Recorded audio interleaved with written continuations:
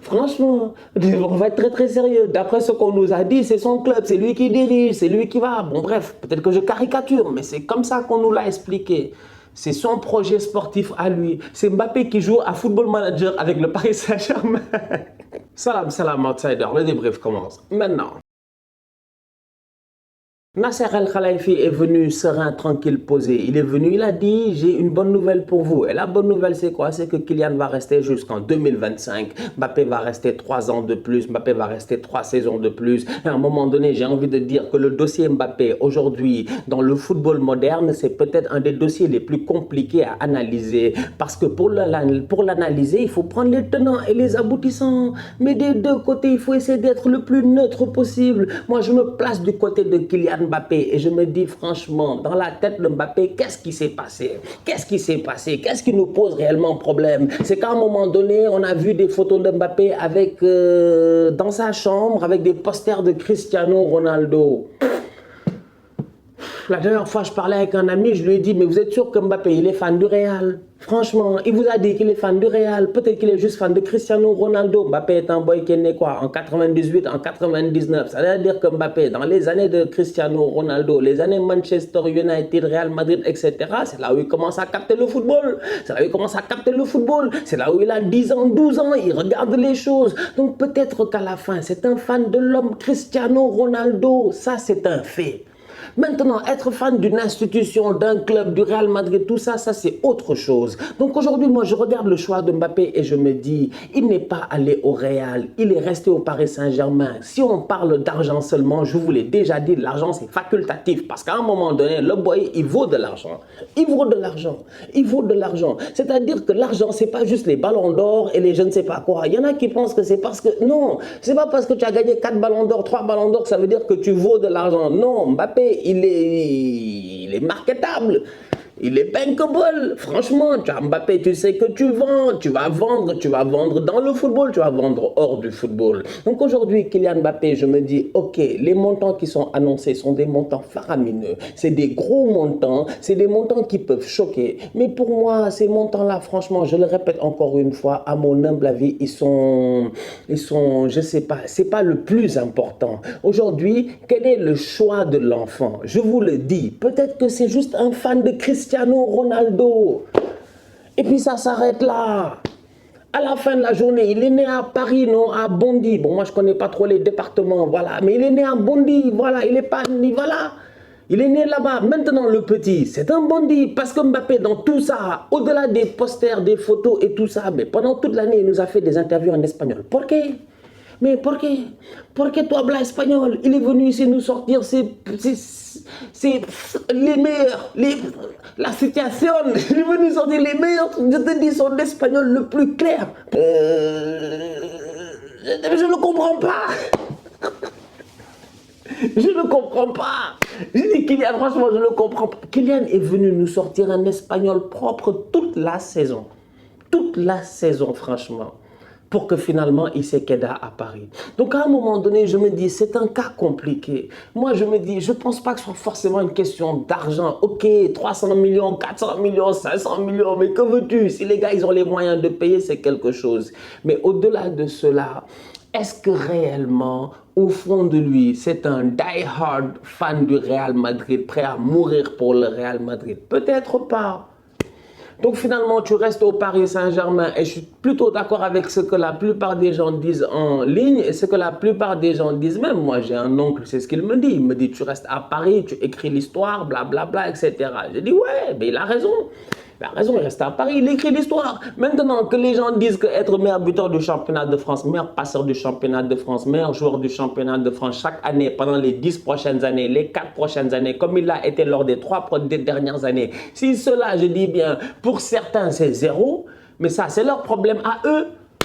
Franchement, mais à un moment donné, je dis bien, chaque pays avec ses légendes. Aujourd'hui, en Ligue 1, si tu regardes bien, s'il y en a un qui est parti pour être le meilleur joueur de l'histoire de la Ligue 1 forever, c'est peut-être Kylian Mbappé. Statistiquement parlant, ce qu'il fait, toute génération confondue, c'est presque extraordinaire, c'est sensationnel. Donc à un moment donné, peut-être que lui, au fond de lui, après maintes discussions, il s'est toujours dit que mieux vaut rester en France, péter le score,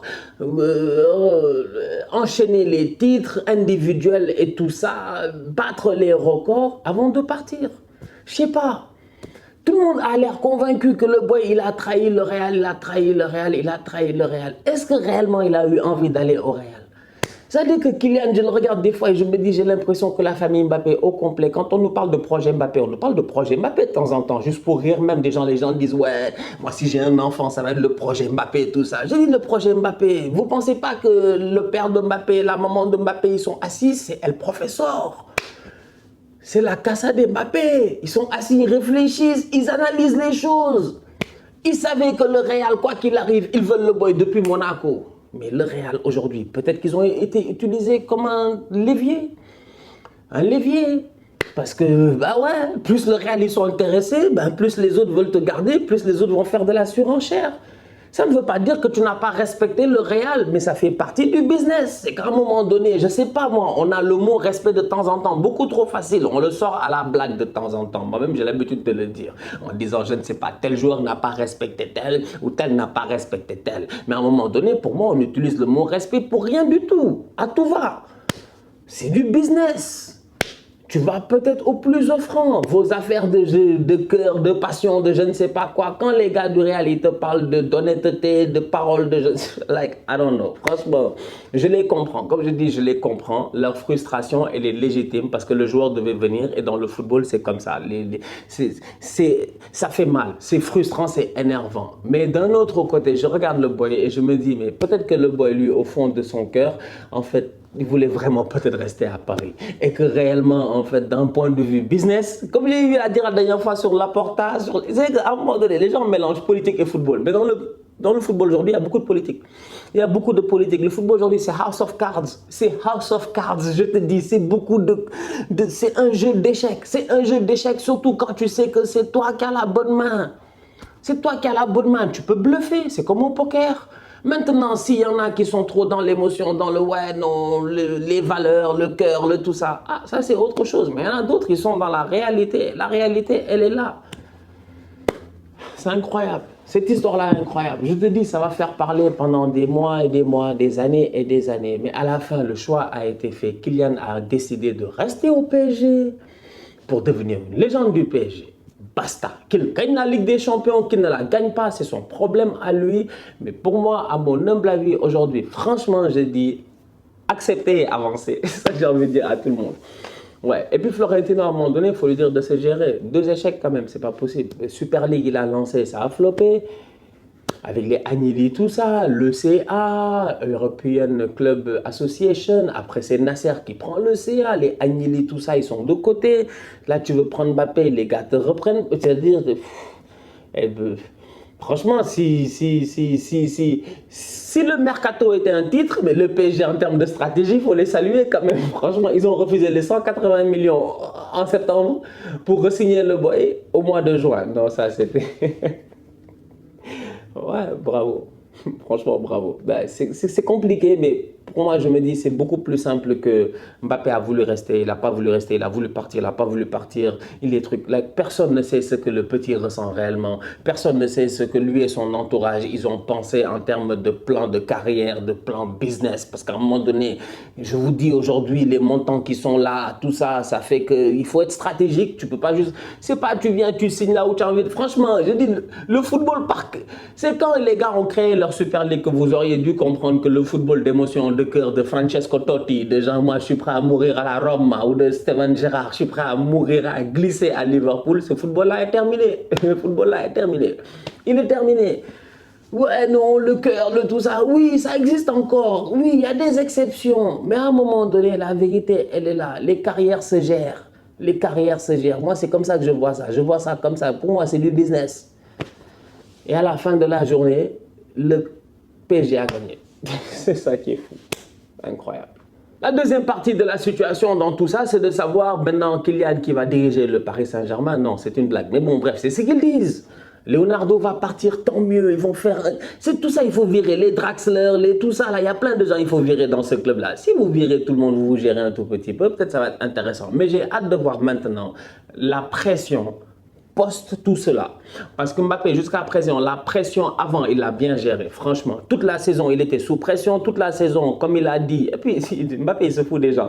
Il fait un communiqué ici pour nous dire qu'en réalité, lui, maintenant, il va supporter le Real Madrid à Paris chez lui, tout ça, etc. Bref. J'ai l'impression que le boy, dans sa tête, tout était clair depuis le début. Moi, pour moi, dans ma tête, je me dis, aujourd'hui, quand je regarde ça, je me dis, Mbappé, depuis le début, il savait qu'il allait rester. Maintenant, bon, voilà, il y a eu le jeu qu'il y a eu. Pour moi, le Real a été utilisé un peu comme un levier financier. Ça a marché, les gars ont payé, tout ça. Donc ça, c'est à part. Tu peux juger, tu peux ne pas juger, franchement on s'en fout. C'est du business à la fin de la journée.